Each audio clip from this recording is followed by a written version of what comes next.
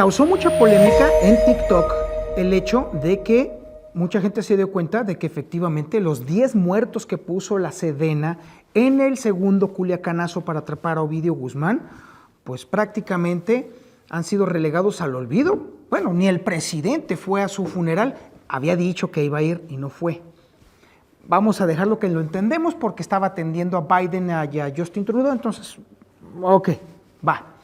Pero pues hay que tener cuidado a la hora de abrir la boca, pero ¿a quién se le pide que tenga cuidado? En fin, a ver, ese no es el tema. El tema, ¿sabe qué? Es algo que todavía usted le va a dar todavía más coraje. Estos 10 muertos que puso la Sedena, estos 10 integrantes del ejército mexicano, pues parece ser que no solamente no van a recibir justicia, porque hasta el momento no se ha presentado las denuncias por el homicidio de estos 10 integrantes de la Sedena, sino que además, déjeme decirle una cosa, ni siquiera cuentan como muertos, o por lo menos son los números que nos está mostrando la Secretaría de Seguridad Pública y Protección Ciudadana.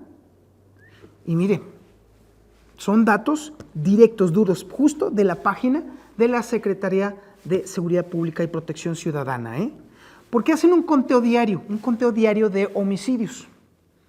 Por lo menos es lo que suponemos. Y cabría entonces suponer que las muertes ocurridas después, durante la refriega allá en el segundo culiacanazo deberían de estar reflejadas justamente en el informe de la Secretaría de Seguridad Pública y Protección Ciudadana. Le recuerdo a usted que es el reporte en el cual se basa el presidente de la República, don Andrés Manuel López Obrador, para tomar sus decisiones diarias. Sí, él conoce primero estos datos que le voy a platicar a usted. Y bueno, haciendo una revisión justamente del tema de los muertos en Sinaloa, uno querría pensar entonces que el día 5 se deberían de haber reflejado justamente por lo menos las 10 muertes de los soldados. Olvídese usted de los sicarios que murieron, porque esos fueron 19. Pero bueno, vamos a suponer que se tardan en integrar las muertes de estas personas porque se trató de civiles y hasta entonces no corren las investigaciones, se podría dar cuenta de esto, ¿sale? Ok, pero en el caso de los soldados, esos sí fueron homicidios perpetrados por una banda delincuencial. Esos son homicidios y debieron de haberse integrado. Bueno, pues los datos del 5 de enero del Sistema Nacional de Seguridad Pública y de la Secretaría de Seguridad Pública y Protección Ciudadana, ¿sabe qué dicen del día 5? 0. 0 muertos en Sinaloa. Ahí están los datos, no le estoy platicando. En la misma página, vamos a pensar, bueno, se tardarán un poco, entonces vamos a darles a los siguientes días. Pues bueno, mire, aquí tengo los datos, ahí le va. Para el día 6 de enero, el dato que se subió en la madrugada del día siguiente, ¿sabe cuántos homicidios hubo en Sinaloa? Dice la página que 4. El día 7, digo, ¿a qué hora los van a subir? No, pues no, la página dice que 3. 3 homicidios en Sinaloa. El día 8, pues que hubo 1. Un muerto el día 8. El día 9, 2 muertos. Si nos atenemos al conteo diario de la Secretaría de Seguridad Pública y Protección Ciudadana, pues entonces ahí están los 10, nomás que los fueron espaciando. Pero ¿y los demás muertos? Diario hay muertos en Sinaloa. Entonces, ¿qué pasó con los muertos que puso la Sedena? ¿Qué pasó con los soldados muertos? ¿Ya ni siquiera eso merecen? Es pregunta, y es una pregunta complicada, es una pregunta difícil y que por supuesto que no gusta ni siquiera hacerla. Pero es una pregunta que exige respuesta pronta. Porque los que murieron allí pusieron su vida precisamente para atrapar a un malandro. Y ahora resulta que ni siquiera se tiene la decencia de entonces ya no de hacer la denuncia por la muerte de ellos, sino incluso ni siquiera que formen parte de las estadísticas que se supone diariamente se están viendo y está viendo el presidente Andrés Manuel López Obrador. Digo, ese es en el mejor de los casos, porque en el peor de los casos, y ahí sí la cosa se pone muy fea, estos datos que clara y evidentemente están manipulados, son los mismos datos que utiliza el presidente Andrés Manuel López Obrador todas las mañanas, antes de la mañanera, y que le proporcionan sus secretarios y encargados de seguridad. Son estos mismos datos. ¿Qué tenemos que entender entonces? ¿Que también le están viendo la cara al presidente y que está tomando decisiones en función de datos equivocados o manipulados? Ahí está la cuenta. La misma Sedena informó que hubo 10 soldados muertos y los muertos que puso la Sedena no están en las cuentas del Sistema de Seguridad Nacional. Saque usted sus propias conclusiones. Después de semanas horribles para la Procuraduría de Justicia de la Ciudad de México, bueno, pues por fin se anotaron una buena, parece ser. Sí, ya se detuvo a 11 personas implicadas en el atentado en contra de Ciro Gómez Leiva. Ni hablar, indiscutible. Qué bueno que están haciendo este trabajo ahí en la Procuraduría Capitalina, qué bueno que se detuvo a estas y obviamente hay muchas preguntas pendientes.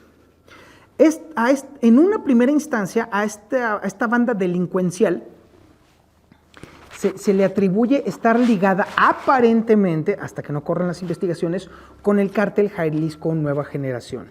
Esta banda en específico se dedicaba a la extorsión, al secuestro y al sicariato. Y bueno, se aseguraron vehículos, uno de ellos blindado, se aseguraron armas, se aseguró dinero, se aseguró drogas y bueno, ni hablar, felicidades, qué bueno que están fuera de circulación estas finas personas.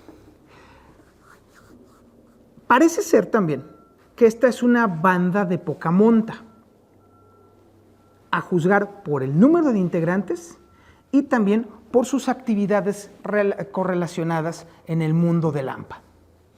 Y entonces, inevitablemente surge la pregunta, ¿al mando de quién o quién encargó a estos sicarios a sueldo matar a Ciro Gómez Leiva o intentar matar a Ciro Gómez Leiva? ¿Quiénes están detrás de esto? Porque si esta es una banda de poca monta, pues evidentemente no se mandan solos. ¿Quién o quiénes están detrás de este asunto? Falta esa parte. Ojalá que pronto, esperemos que sí, la Fiscalía, la Procuraduría Capitalina logren dar precisamente con quien haya ordenado el asesinato de uno de los comunicadores más importantes de México, que no es cosa pequeña. Si una banda de poca monta se atrevió a tanto, también le debe de decir una cosa, pues ahora sí que ya no hay ningún lugar, ninguna ciudad segura en este país. Le platicaba yo en un video pasado, ¿sí? Los reporteros, los periodistas de la capital ya se dieron cuenta lo que es vivir en provincia, lo que es tener miedo en provincia, lo que es estar trabajando con una precariedad absoluta en provincia. Ahora todo México es territorio del sicariato. Ya, ahora sí ya estamos todos. ¿Qué sigue? Ojalá siga lo que sucedió en Sinaloa, ¿sí? Que el ejército mexicano, que la Guardia Nacional se pongan las pilas y ahora sí hagan su trabajo. Si fue eso llamarada de petate, ay Dios.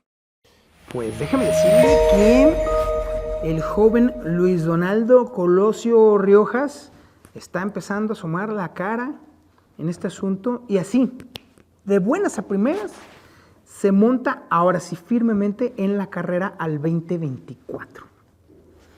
Y bueno, ante la evidencia de que los partidos opositores al actual régimen federal no tienen ni pies ni cabeza, ni se sabe cómo carajos van a hacer su proceso de selección, y mucho menos tienen a alguien que le pueda plantar frente a cualquiera de las 4 corcholatas del presidente López Obrador, pues entonces, quizá entonces este joven pudiera ser uno de los seleccionados o de los seleccionables para la contienda del 2024, que de verdad le puedan hacer una especie de frente opositor real, auténtico, a pues precisamente al candidato o candidata que resulte para contender por Morena a la presidencia de la República. Usted puede decir que el problema de Luis Donaldo es justamente el partido que lo sustenta, que es justamente Movimiento Ciudadano. Pero déjeme decirle usted que Luis Donaldo Colosio Riojas es una marca por sí mismo. El nombre, el apellido que tiene, el nombre y el apellido que tienen es una marca entera que podría posicionar y elevar el número de votos para Movimiento Ciudadano de una manera espectacular. Ya lo hemos visto, eso es por un lado. Estamos viendo a una alianza Va por México que está totalmente descabezada, que ya de hecho ya le dejó el espacio para que sea el PAN el que decida quién va a ser el candidato o la candidata para poder contender contra la propuesta de la 4T, o por lo menos de los morenistas. Pero insisto, no se ve absolutamente a nadie que tenga el peso y el tamaño para poder darle batería a la 4T. Muchos aducen que Colosio Riojas está demasiado joven. Otros dicen que sospechan que a lo mejor no sucede nada, porque Colosio Riojas ha estado diciendo que no va. Lo cual quiere decir que le está haciendo caso a sus estrategas, porque así no lo golpean tan directamente. Pero inevitablemente habrá un momento en el cual se tendrá que subir o tendrá que decidir este asunto. Y la verdad es que esta sería la única opción viable para, en todo caso, tratar de quebrarle el espinazo, electoralmente, por supuesto, a Morena en la carrera a la sucesión presidencial, porque sí complicaría mucho el tema. ¿Cuál es el tema del asunto? El tema radica en que tendrá que ser justamente la Alianza Va por México la que tenga también que doblar las manos para eventualmente considerar que pudiera ser este joven quien abandere a la oposición.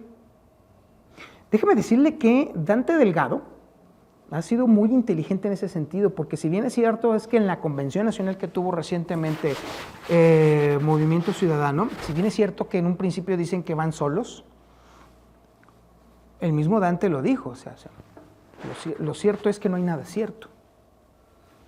Y ese planteamiento va muy bien precisamente con la evolución del momento político que va viviendo México de aquí a la carrera del 2024.